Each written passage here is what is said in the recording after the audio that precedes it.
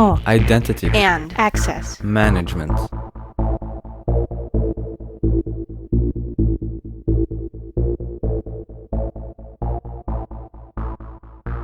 Welcome to the Identity at the Center podcast. I'm Jeff, and that's Jim. Hey, Jim, how you doing? I'm good, Jeff. How are you doing? Pretty good. We've got a guest today, which is exciting. We've got Darran Rolls. I'm excited. Which is a pretty good get for us, I would say. He's formerly with SailPoint and now an independent identity management dude. Welcome to the show, Darran. Thank you. There's a title. That's just I couldn't think what else to put onto my title, so that's what I ended up with, identity management dude. I think that's a pretty good one because it kind of dovetails, I think, a little bit with what's the movie The Big Lebowski, right? The Dude. So you're the I am dude. There you go. There were a couple of things that kind of happened up in the news this week when it comes to IAM, and the most fresh one is Twitter, right? So they had a pretty bad hack where it sounds like, a large number, or at least significant type of account, verified accounts, were compromised yesterday. Yesterday being Wednesday, July 2015, or July 15th, I should say. Where there was some sort of Bitcoin scam that was published on a lot of verified accounts, including people like Joe Biden and Elon Musk and Bill Gates, things like that. And I guess it points to the importance of social engineering and privilege access management when it comes to tools, things like that. Darran, do you have any comments or thoughts around kind of what happened? No, I think you hit a couple of them there. I mean, it's isn't this just the new normal? Nobody seems surprised that this has happened in any way, shape, or form. But it just, what have we really got here? It's pretty much, you might say, surface cybercrime. Right? Someone's trying to propagate an early stage attack on using. Acquiring Bitcoin. I mean, it's not 0-day malware. It's basic social engineering and outright profiteering. So no surprise really. The details will obviously come out about how it's got there, but we can already read into the details. Basic social engineering and abuse of privilege. So nothing new really. Jim, what are your thoughts on it? Well, I think when I saw some of the, there's so many layers here. One is, obviously they had somebody they trusted working at Twitter who broke that trust. But that is a problem that I see over and over again with the clients I work with, that there's a small group of trusted individuals who have access to certain features and certain capabilities that could do grave harm to the organization. That's exactly what happened here. So when you get to, the idea of zero trust, I know that has more specific meaning, but I also want to expand the meaning of that. It's like you can't just trust people. You have to have controls and ways to have checks and balances. The number two is something that we keep coming back to. When I saw these Twitter posts, it was like, hey, transfer Bitcoin to me and I'll transfer twice as much Bitcoin back to you. I mean, common sense, if I saw that, I would not have transferred Bitcoin to it. And people keep falling for these traps. I shake my head, like, how in the world do people fall for this? So those are the two things that came to mind. I don't know that I gave a real positive message there, but those are the two things. But don't you think it's sort of indicative of the nature of attack? It's about numbers. So to your point, who on earth responded? Well, people have responded, right? I mean, the ticker, the ticker for the Bitcoin coming in has gone up. So just goes to show that if you have a broad enough attack surface, there's always a victim, and that's what we've seen here. There are a lot of times, Darran, where you'd see like these scams targeted at elderly people, and it's usually on the goodness of their heart. Most of the elderly people I know don't have Bitcoin. So then I think this one came back to people's greed or their hope for a quick buck. But yeah, you're right. It is a numbers game. 100 people might look at it, or 99 people look at it and snicker, and one person thinks, hey, this is the best thing I've heard of. I'll send them $200 and get $400 back. Sounds great. Yeah, exactly. And it's sort of, I think this reflects itself as to why we see so much phishing, why we see so much password misuse, because when, we always say the title of this whole podcast, right? Identity at the center. Why has identity become such an important part of the defense and detection cycle? Because this is the things we see. If we have a million users, I guarantee you 10 of them have got a password of password 123. If we send a million phishing emails out, someone's going to answer. It's just bizarre. It's just a numbers game, right? Right. And what I took from how this hack occurred was that somebody who's working in the support area just went into these accounts and changed the email address. So you can go in, change the email address if you have the access to the email address for, say, Joe Biden's account, you can then change the password. You can then put up a post and it can say whatever you want. Now that post might be taken down, quickly. Someone realizes this happened. At the same time, after you've gotten a few thousand Bitcoin transfers, those Bitcoin transfers are never coming back. So, think of when you're implementing identity management systems, try to think like a hacker. How could we take this system? How could somebody who has bad intent take the system and take over accounts and do bad things? Yeah, if I think back to my time at SailPoint for 4 years, I was the CISO there.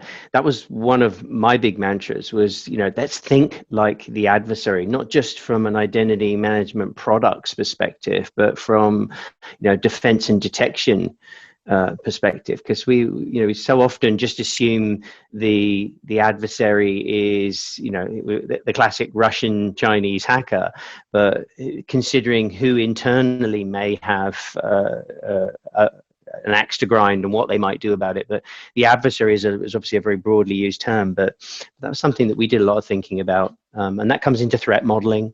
In order to do any form of threat modeling, you really have to think of who the adversary is and what the indication of compromise would be, and kind of walk through that track. So yeah, think like the adversary for sure. Very good idea. Well, one of the things that I've taken away from this is that common sense isn't so common, right? You see that Bitcoin message is like, okay, really? Bill Gates is going to send me twice what I what I give him? Sure, he is. But it is that numbers game, like you mentioned, like both of you guys have mentioned, is, even if it's, 1% of a Twitter account responding, you think about the number of followers that these people have. And even if it's 0.5% or half of 0.5%, that's still a large number of people. And the last I heard was it was up over 100,000 that, the person had made off with from a Bitcoin perspective, which, not bad for an hour's worth of work, to get the message out there and do that. And, maybe it was a few more hours than that, but it seemed like it was a pretty good take, for the amount of time that was actually out there. I think it could have been a lot worse, right? What if this was a nation state that was looking to stoke things, especially in, at least on the U.S. side, the current presidency where he uses Twitter quite a bit. What if there had been a announcement there at that level that said that we were going to war or attacking something? So I feel like it could have been a lot worse, but yeah. I think for Twitter, the damage is that wow, your defenses for this week, so it's like a brand image. It was a lot worse than the financial gain that this hacker got. I think they lucked out that it was somebody who was just looking to get away with some money. And I'm not sure if Twitter's going to turn around and refund people's money. People would probably have a hard time proving that. And Twitter, I don't know if they would even take responsibility for it. But I think to your point, had it been a nation state hack, that could have been a lot worse, which I think nation states are behind a lot of hacks these days. Yeah, for sure. And I think it also highlights how carefully we have to think about account control and what it really means, what the risk is, what the threat really is across all types of access. Because as we know in identity, right, people have accounts everywhere. And this is a classic example of a platform that was never designed to have delegation. I mean, there isn't the notion of delegation. It has very, very weak entitlement and privilege management. I mean, it's kind of an all in or all out. And so what happens? There's no firewall. There's no break glass. There's no fire break. And so, you know, it's just, and look how much damage can be done. To your point, if the president's message would have been the nukes have been released, what would the stock market have done? I mean, it's just that, you know, you only need a 20-minute movement in stock to make a couple of $1 billion. So, you know, kind of interesting. Yeah, could have been worse. I think it hopefully will lead to some better controls and, you know, maybe people taking with a grain of salt some of the messages that I might see out there and really trying to understand the validity of it. I think we've beaten up Twitter pretty good for now. I know there was another new incident, not new incident, but new information come out regarding a past incident around MGM. Jim, do you want to talk about that one? Yeah, so I think it was really just the amount of data, the number of accounts that were exposed was increased from last year to this year. I read an article in Forbes. I kind of dove into it and mentioned that a lot of people believe that this industry, the hospitality industry, has been targeted by, you know, in a way that was Chinese espionage, so kind of nation state hacking. And the rationale is that they're looking for patterns and information about, you know, high level U.S. business executives. So they start trying.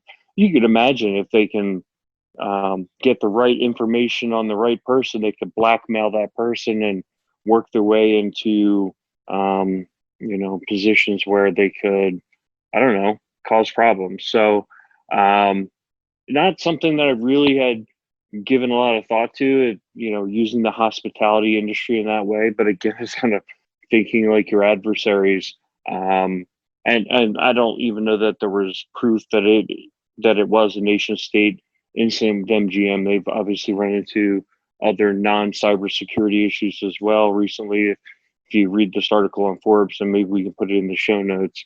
But just it's, you know, it's interesting how non-financial gain is, if financial gain is not the only motive to go ahead and hack systems and to capture data, especially when it comes to a nation state. You know, they're not looking to steal a couple $1 million. They could care less about that. But having information about people that really, or the ability to go in and you know, take down critical infrastructure. But in the case of the hospitality industry, they've had a lot of hacks in the past few years, and I think a lot of it goes back to underinvestment in IAM technologies. But it also has to do with that they've got a certain kind of information that is a prized possession in certain ways, right? Not for the kitty hacker who's looking to get away with money, like what happened with Twitter, but you know, that information about where people are spending their time. They're in this place and when they should have been in that place. You know, that's the kind of information that some actors would want to have. Yeah, I think I agree completely. It's I mean, the two things that anyone with long-term adversarial plans in mind, they want metadata about people and movement, and they want attributes about those people, you know, the basic personal information. And the more of that you have, the more you can validate it, the more you can create a picture of people, and the more you can attack those people. I mean, information is power, no doubt here, and that no doubt that's what they're after. And I think the other interesting observation from an identity management perspective is it's an industry which is currently suffering from a considerable amount of joiner, mover, leaver activity, and as we know, that is the introduction of vulnerability, accounts left unmanaged as people leave. And so I wouldn't be surprised if we're going to see more of that in industries where pure IT investment is sometimes of a lesser concern. I know MGM is actually a very diligent company and has invested quite well in their security technologies. But again, they have a massive attack surface. They've got how many employees? Many of which are not IT specialists, right? And so, it's just tough. It's one of the reasons why I am an ex-CISO because I don't want that job, because it just it's just a thankless task in many ways. You're just always outgunned by the adversary. I think you brought up a great point there about the size of the attack surface, because we've worked in the hospitality industry as well, and the attack point isn't always going to be the website. Like, let me see if I can get into the website. It might be a misconfigured Amazon S3 bucket. Let's just go right to the source of the data. And if you're scanning those IP ranges and you know what to look for, so it's the path of least resistance a lot of times. Yeah, the MGM thing is interesting because it was originally like a little, I think over 10 million is what was advertised, right, as the impact. And now they're saying it's over 142 million, which is a huge increase, right? I mean, that is just such an order of magnitude higher when it comes to the number. And then when you think about 142 million records and what that must be worth, it's being sold for a little over $2,900 on the dark web.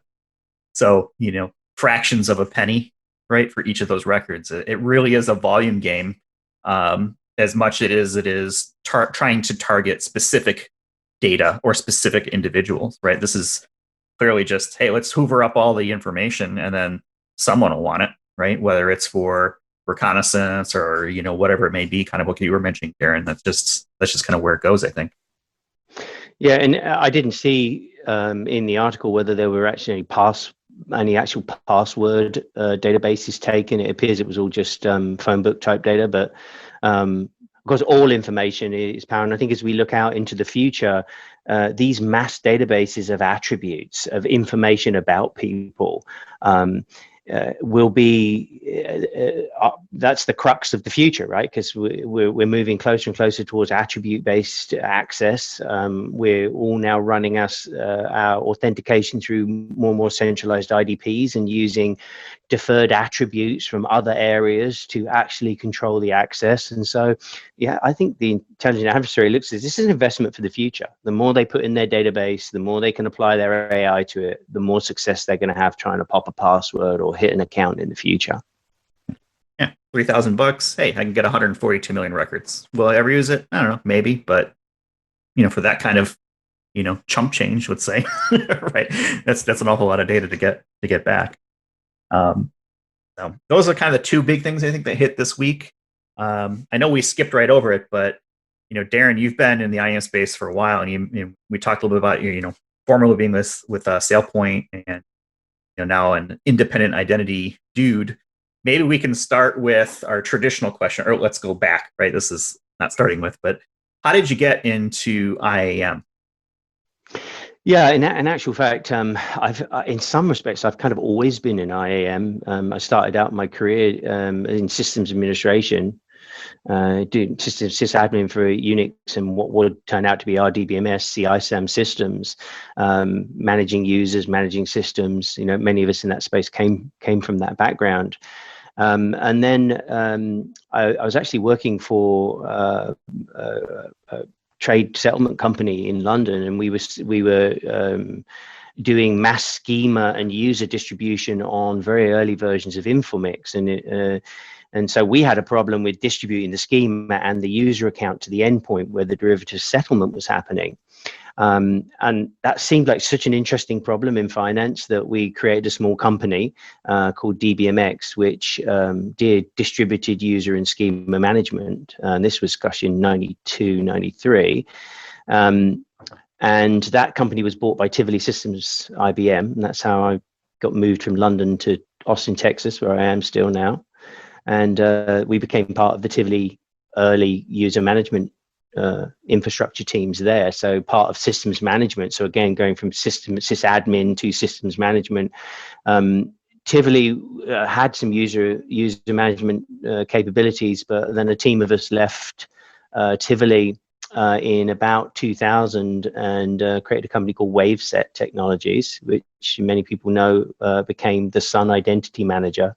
Waveset was bought by Sun in 2004. So that was really, I guess at that point, I could say identity management. I distinctly remember us having very active conversations with Gartner about the naming, right? To say, we want this to be identity management, not user administration as it was at the time.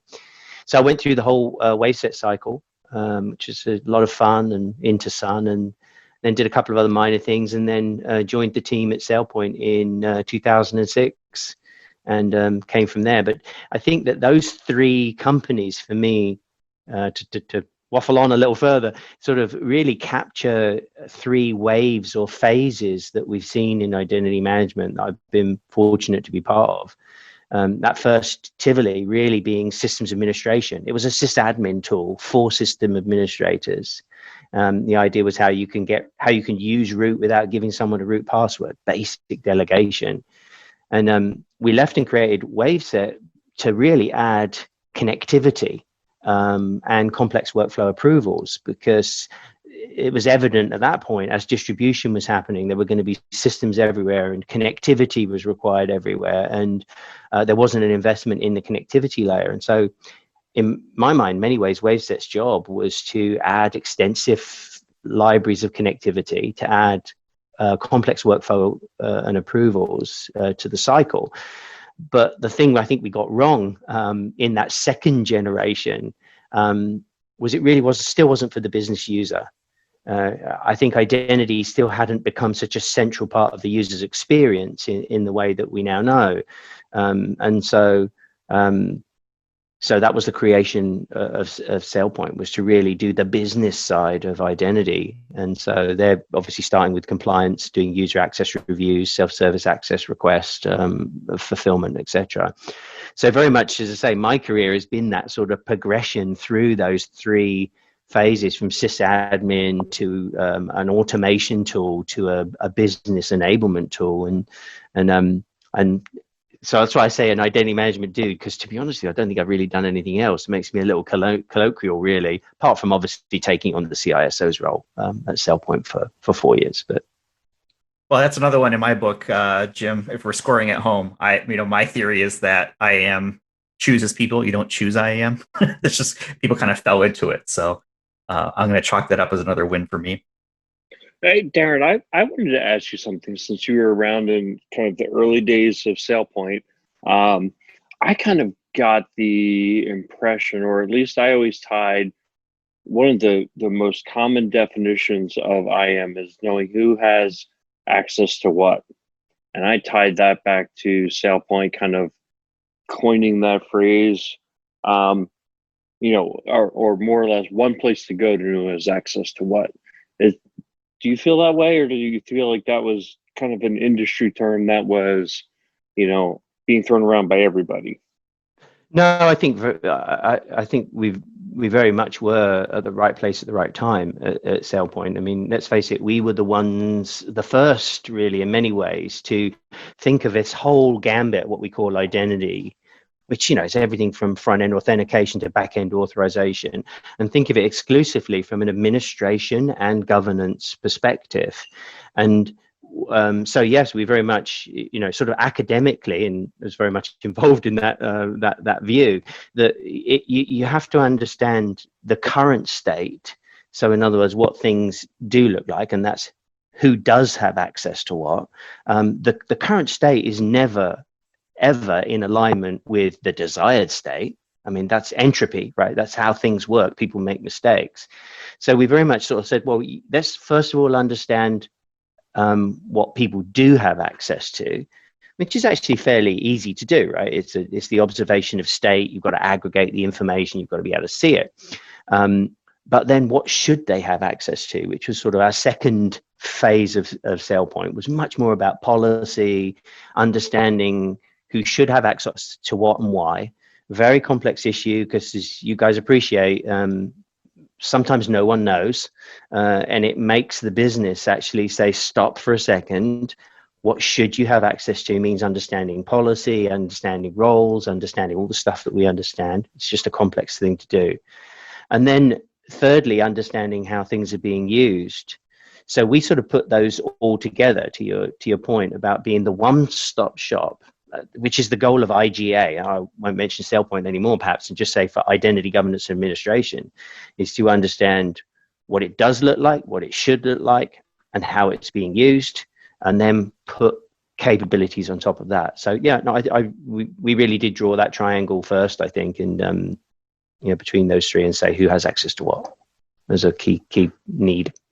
Yeah, my feeling was, prior to SailPoint and Avexa really coming on the scene, the focus was pretty much what you called it earlier, user administration. Now, for the enterprise, it was centralizing that user administration and provisioning accounts. To me, that always had two potential weaknesses. One was a lot of work to integrate your central user administration tool to a downstream system. Now you could really drive a lot of efficiency by doing it, but when you have an enterprise, you have hundreds of applications, and integrating with 100 or more applications becomes a nightmare. The second, and you never reach the nirvana where everything's integrated. The second problem was there's always the backdoor problem. I could still go to the application and add an account. I could still go to the application and increase my privileges, and my paper trail was in the application. So I could never just tell the auditors, go look at my central IAM system because that's the source of truth. Identity governance went out to the application, pulled back the data, compared what was with what should be, and you kick out the differences to discover who went through the back door. Yeah, that's exactly right. Very useful and important use case. And I'd add to what you said there by highlighting that it's sometimes not a problem that there's a difference. And I think one of the areas that certainly the SailPoint product, and I know some of the newer IGA solutions, big advantage they had over that second generation of operational provisioning platforms was that they're quite comfortable with that delta. Because you have to be, right? I mean, it's out of whack. You're not going to go and shut it down, right? There's a sysadmin digging you out of a hole here, right? Fixing the Twitter. I guarantee you, when they found out something was wrong with Twitter, a bunch of sysadmin accounts got checked out of a vault somewhere. Somebody started doing a whole bunch of things, right? Shutting down accounts, creating accounts, changing privileges. Now, we would have observed all that change in the old world of provisioning and gone, that's wrong. Overlay it with my mandated policy model. Fix it, right? And I think the thing that a governance-based approach does a very good job of is saying, hey, that's okay, but here's a set of actions that are clearly defined and documented that are going to happen. I'm going to create an approval flow that goes to the application owner. I'm going to email this person. I'm going to ping the SIM. I'm going to do a bunch of stuff. And then over a period of time, it might take 2 weeks, I'm going to put it back. So that sort of long-running cycle was very much something that a governance-based approach differs from a pure provisioning and connectivity-based approach. That time span. Well, I think we've seen a shift, right? It used to be the giant behemoths, right? IBM and Oracle, and kind of the suite approach, right, where they do everything, or at least they claim to do everything. And now we've seen, over the last 15 years or so, more specific platforms around identity governance, right? SailPoint. You've got, things like Kurion, right, back in the day. And now there's this new platform. That's really not a new platform, but it's a platform that's existed the whole time, but has always been kept kind of separate. And that's ITSM, IT Service Management. And I think now there is, some discussions around building identity platforms into things like ServiceNow or, Remedy or things along those lines. And we actually had a conversation with Jackson Shaw last week around this as well, where, he sees a growing movement as well, where people are starting to think about identity in the context of putting it into their ITSM platform, whatever that may be. Is that something that you see coming along too, or do you have a differing opinion? No, I would certainly agree with most of that. I think it's maybe it's a fourth wave, a fourth generation. So often today, in order to do identity and identity governance right, it kind of has to be a standalone platform in lots of ways, because it's such a big problem. Because we're carrying the weight of of governing authentication and authorization for everything, and that is such a colossally huge problem that it tends to solidify. But as more and more people are engaging in identity governance, it's no longer the realm of the rich and famous, the banks and those anointed to do so. There's been a need to simplify it and make it closer to the general IT platform. So I think that's one of the drivers. I haven't actually listened to Jackson's comments, but I'm going to guess that it calls on the idea that these things need to be closer together, and I do 100% agree with that. I think identity, and this is Ian Glazer, now over at Salesforce, formerly at Gartner. He did a great pitch one time where he talked about identity being part of and not apart from. And that was very much about the B2C business, consumer view of identity. But I think that's the case here, right? The identity governance and control lifecycle can't be apart from everything else.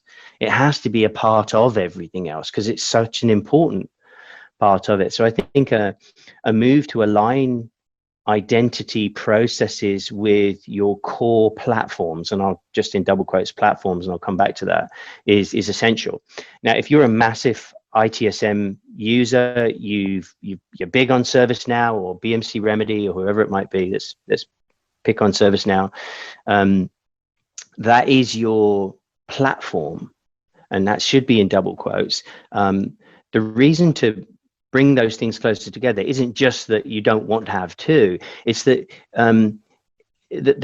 in order to integrate these things together, complexity, having a dev staff do it. I mean, I think the days of companies having 100 identity management engineers that are all Curion specialists, or all that's all they do is work on that platform. It's becoming a harder sell. And I think if your core identity processes are coming from that platform, it's obviously going to be an easier integrator, right? I've already got 50 ServiceNow developers, so I can extend my identity, which is, hey, let's face it, everybody does it, right? Find me an enterprise identity management deployment that isn't extended extensively. And where are you doing that customization? Well, you're doing it in SailPoint's custom environment. So there's a lot of reasons to look closely at that. And I think as consolidation comes down and identity becomes more part of the platforms, these people are going to have to make these decisions. Do I buy a standalone tool, or do I buy something that's integrated with the platform of choice that we use for everything else? If I could throw into that, kind of just to play devil's advocate, I think that IAM is a big, hairy beast, right? There's a lot of things that IAM does, and it's kind of middleware to a lot of what you're doing. If you go for a platform play, it's just one more very big thing that would have to be undone if you decide you no longer want to be on that platform. Now, I don't think that any enterprise goes into a platform strategy lightly. My big concern is that, if you tie so much to the platform, you just become that much more dependent on that vendor.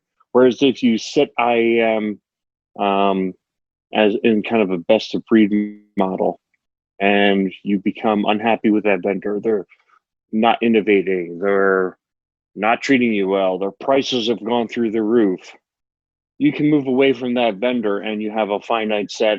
I mean, you have a finite set no matter what, but that functionality for just IAM, not tied to the vendor, would be less. So that's just kind of the feather in the cap of the best of breed approach, is that you become somewhat more vendor independent. Yeah, I would agree with that. I think it's horses and courses there a little. I mean, I think as you come down from, like I say, the rich and famous down to the man on the street, the drivers become different. And there's no question in my mind, every business needs to do identity governance in one form or another. Just the join and move a lever phase. I mean, let me put my CISO's hat on. I'd often say that the trouble is with identity management today is it's a dumbass card. If you get popped because you've got no joiner, mover, leaver processes in place, you don't have basic oversight over that administration, you get the dumbass card. No one comes in and says, oh, that's a crazy custom standalone process that no one understands. They're going to go buy it off the shelf from somebody. Go subscribe to a web service that does it. And so the sort of the drivers for best of breed, specialist, independent, right the way down to clickable, click and go service is changing over time. And I believe both will exist for some considerable time. So right. Yeah, I made the case for, the independent IAM, but I'm also thinking, like, if you were to want to go from platform to platform, so say you said, all right, our ITSM is where we want to do IAM because we direct everyone there to request new equipment, so why not go there to request new access? What if 5 years from now, Microsoft, with their Office 365, and you've deemed yourself a Microsoft shop, that's the other platform that you're extremely excited about. What if they come out with a whole new suite of identity governance and onboarding, and they just make it like the snap of a finger? And by the way, they say it's free with your Office 365 license. Now it's like, all right, now we have to make this big shift from one to the other. I mean, it's, again, I don't think it's a black and white argument, but I do think that, as a buyer, you have to kind of think of both sides. But I think that risk exists everywhere, right? There's always going to be something better coming down the road, right? Do you buy the MacBook now, or do you wait a few months and see what they come up with from a ARM architecture, right, and their new hardware? Is it going to be better? Who knows? And the same thing can be said for most technologies that are out there. So you go into a platform strategy with the idea that you're probably going to be on it for, you hope, right, 10 to 15 years, and that whoever you're selecting is going to be able to support that one. Because I think that's typically a fatal decision that sometimes gets made where you bet on the wrong platform. It's usually associated with some sort of personnel change, right, in an organization. But if you're always chasing, what if or the better, you may never actually get anything done. Oh, that's a good point too. Yeah, and to your example, feature buy, as it were.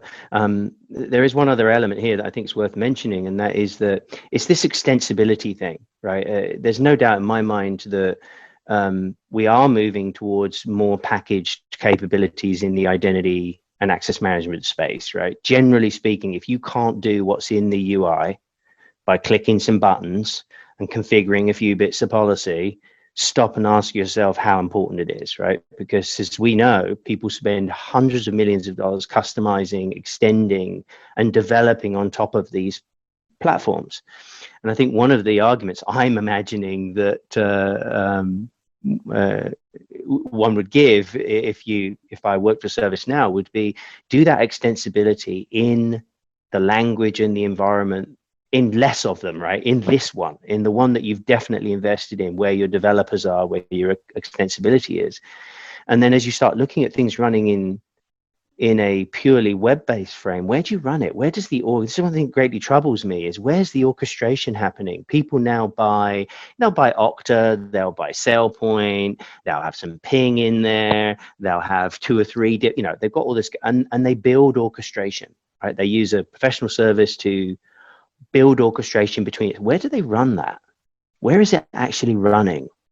Because that brain is now in charge, right? And I see people just I've got some custom PHP running in an AWS instance, and then at that point I've pulled the rest of my hair out, because that's a fatal mistake, right? So the argument would be, do that on the platform, extend that runtime into the platform, and I think that's one of the advantages that an Azure focused IAM strategy will have. I'm going to say it's all here, the directory's here, the connectivity's here, the authorization is here, and the orchestration is built here. And that's a big thing. I don't think I have anything else to add to that. I mean, this is pretty much, I think we covered it.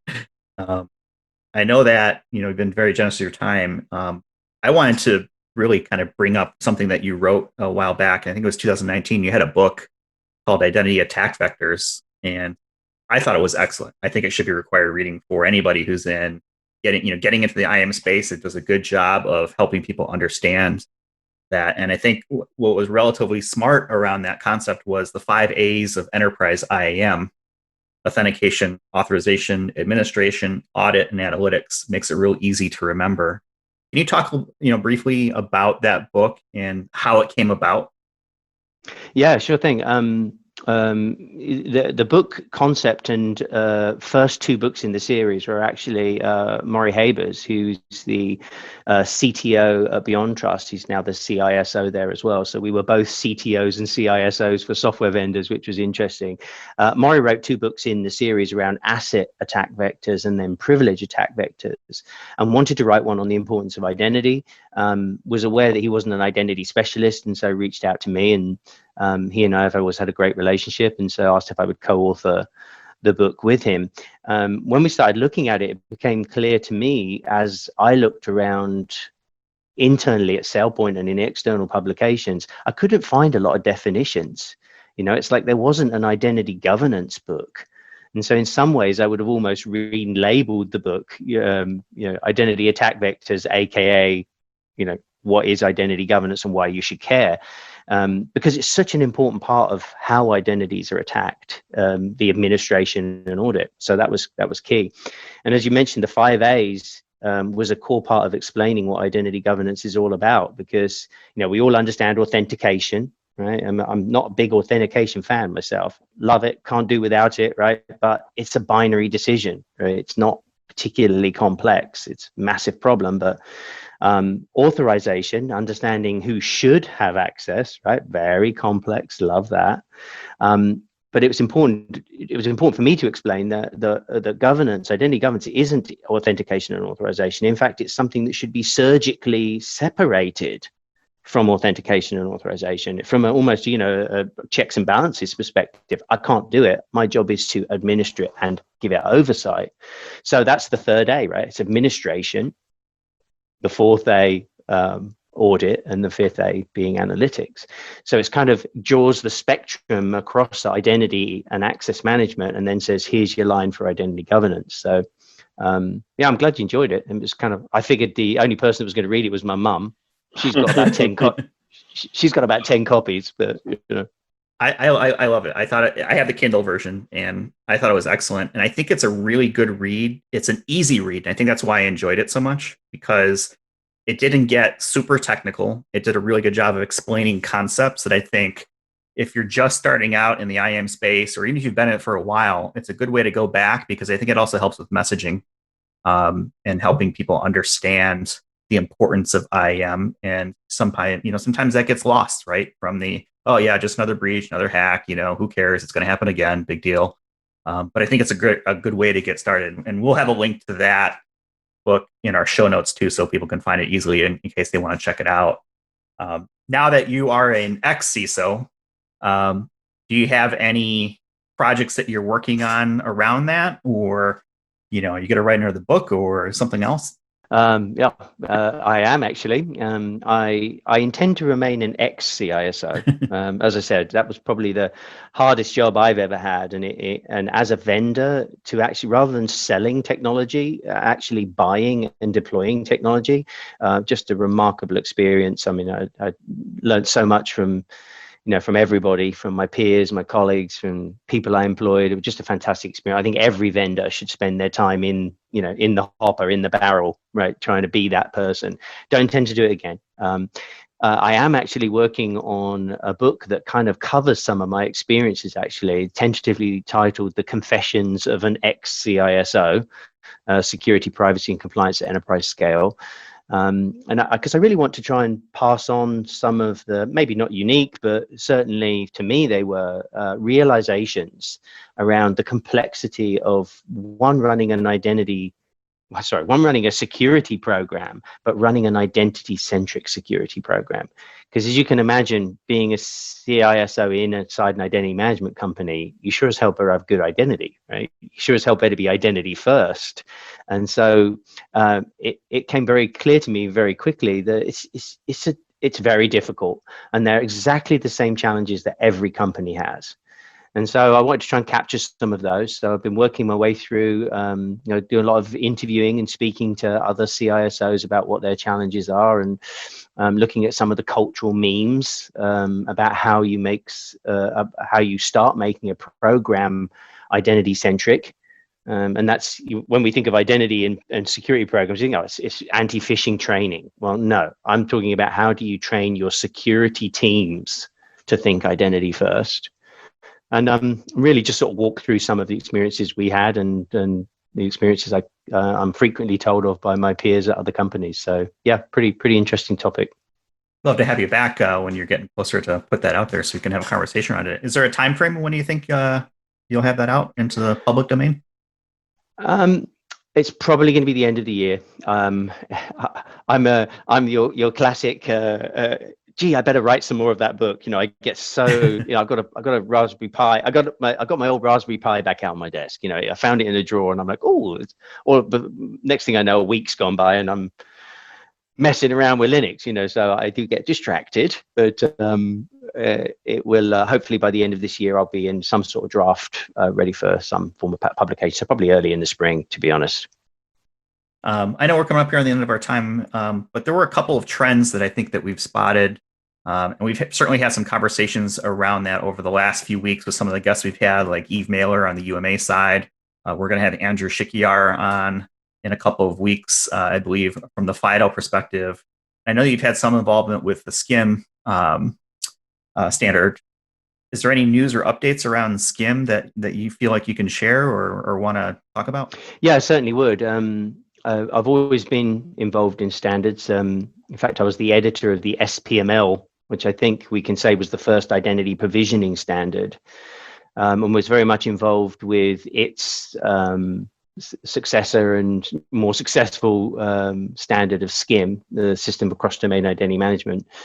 And as I've retired from SailPoint and had some more time on my hands, one of the projects that I've meant to do was to come back to the standards community. So I've actually been re-engaging around SCIM, and in talking to a lot of the practitioners, it became very clear very quickly that there was room for improvement with SCIM. There was need to address some new use cases, some new capabilities, and to create some operational enhancements for the standard.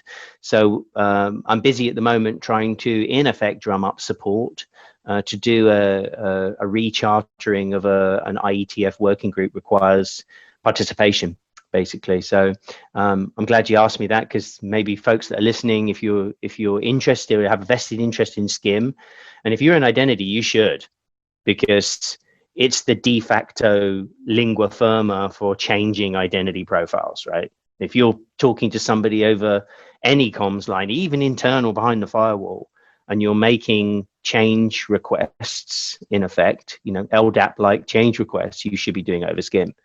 So I would say if you're interested in SCIM, have a vested interest in it, get back on the IETF list and see the conversation and follow it. And hopefully we can get a new release of SCIM, an effort for it started soon. And we're going to address some really interesting things, like how to include events and messages. That would be really cool, to have an event-based bus for identity change messages. That could change a lot. Is there room for all these standards between SCIM and things like FIDO and UMA and everything else that's out there? Do you see any overlap where people are going to have to come together and figure out where the borders may be for all these different countries? Yeah, to some degree. It's fortunate that most standards participants, most people that are in their writing specs, that's what they do for a living, as it were. And so they're very well versed in related specifications. You mentioned that you'd had Eve Mailer on. I'm aware of what UMA does. Never participated in the activity. And so I think you get this sort of natural division. I know that SCIM shouldn't do anything here. And Eve knows that if she's going to make a change request, she's going to want to pull an identity record from another system, and she wants to do it, in a RESTful way, she would specify the use of SCIM. So I think we're kind of fortunate that mechanically the overlap is often dealt with by the practitioner. But boy, what a challenge from a higher level, with FastFed and OpenID, and there's so many different, FIDO, you mentioned, there's so many different activities. What do they all mean and where do they fit together? And a lot of the time it's a problem for the vendor, but never let it be just the vendors that participate. You really do need the consumer of the technology, advocating and part of that run. So I think it has a natural balance frequently. Unfortunately for Skim, it is very much accepted as like I say, the lingua firma for identity change across open REST protocol. Jim, is there anything that you want to ask Darran before we wrap up for this episode? I just throw out there to Darran are there any, what books are you reading right now? Where do you go to sharpen the saw? There's two things. One, I think a lot of our listeners are practitioners who are listening to the show and trying to get smarter, trying to get educated. And that's why we have guests like yourself on. And then the other thing is, I think this is kind of like the time capsule of IAM. Someday somebody might look back on this and want to know about the IAM industry and kind of, hopefully this is a good representation of a lot of the people and a lot of the thinking that went into this industry at this time and in the past, 20, 30 years. But, let's start with sharpening the saw. Like, what are you looking at these days? What are you reading? Well, I think be perpetually curious. I'll be honest with you, I don't read a lot of books. I read a lot of specifications and a lot of product manuals. And I think you're doing that in a very diverse way. It's very easy for us to become quite colloquial. We just do our identity thing. Give you a great example. I've just installed pfSense. Now, I'm not a network engineer. I mean, next CISO, right? I'm used to dealing with board members and funding and other things, but it's like a refresher just to be chucked back in, looking at the details of what's happening on a complex NAT firewall appliance like a pfSense. So I do things like that. Like I say, I've spent 3 days messing with firewall rules and looking at what's going across my network, and I don't know, just sort of I think doing that in a diverse way.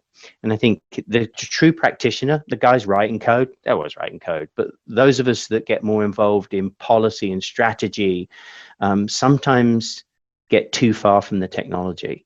I do agree with that. The further you stray away from being able to jump into the guts, things are changing very quickly. I mean, you were in systems administration around the time I was. Imagine the concept of Docker. I mean, you're not even talking servers anymore. You're talking containers. And if you don't keep up to date and try to play around with the tools and try to figure it out, I'm a big advocate of watching videos on YouTube. But if you don't spend some time learning those things, those concepts pass you by and then you become a dinosaur. Yeah, I agree completely. But the interesting thing is, the reason for doing that, I would say, is the basics never change. The basics of security, identity, some of these things we talked about, high-level memes about separating the do from the administration and the governance. That exact same thing is going to repeat itself in the containerization world. We're seeing it happening, right? We just repeat the same mistakes time and time again. And that if we have to sort of keep the same disciplines regardless of the implementation technology.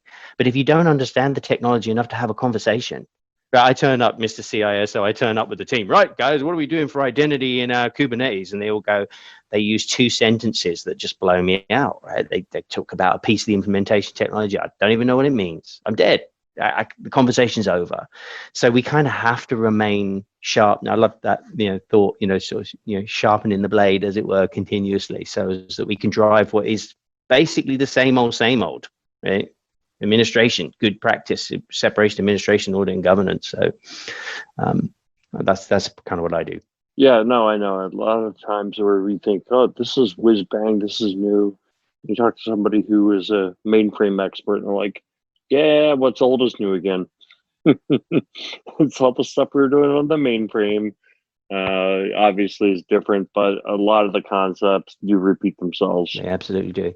And then to your time capsule, I mean, boy, could you have named this podcast better? I think we'll come back in time and we'll go, oh, I remember when we moved from network centricity to identity centricity. It's gonna be like walking on the moon. It's the, Armstrong's the guy we're going to remember, right? First foot on another planet.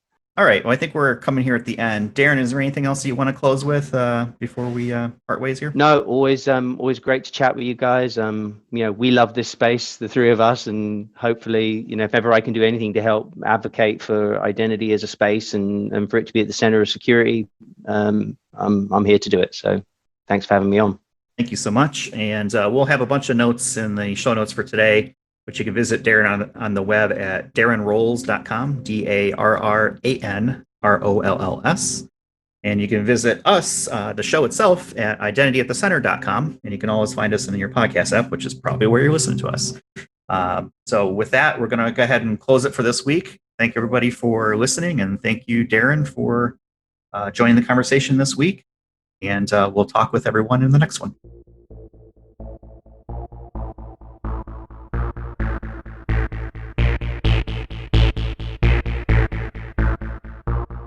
You've been listening to the Identity at the Center podcast.